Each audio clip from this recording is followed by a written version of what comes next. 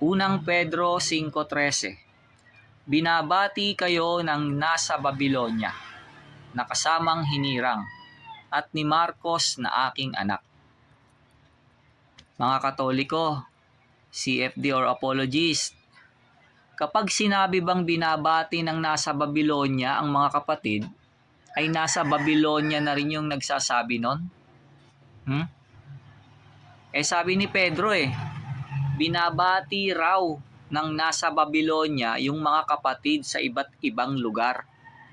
Ibig bang sabihin nun ay nasa Babilonya na rin si Pedro?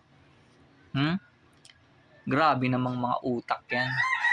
Halimbawa, ako, nandito ako sa Pilipinas.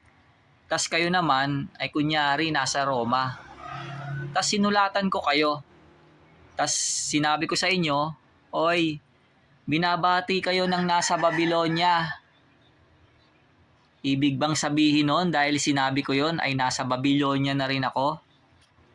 Para sabihin yung nasa Babilonya si Pedro? Napaka-G naman. Tas sinasabi nyo pa na yung Babilonya ay Roma.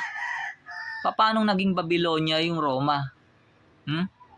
Ang layo-layo ng Israel sa Babilonya at Roma Tas walang ulat sa Biblia tungkol sa paglalakbay ni Pedro. Ganun ba yon mga Katoliko?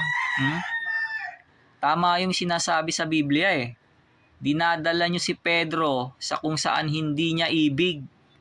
Basa Biblia. 1:21-18. Katotohanang sinasabi ko sa iyo, nang ikaw ay bata pa, ikaw ay nagbibihis, at ikaw ay lumalakad kung saan mo ibig. Ngunit pagtanda mo'y iuunat mo ang iyong mga kamay, at bibigkisan ka ng iba, at dadalhin ka kung saan hindi mo ibig.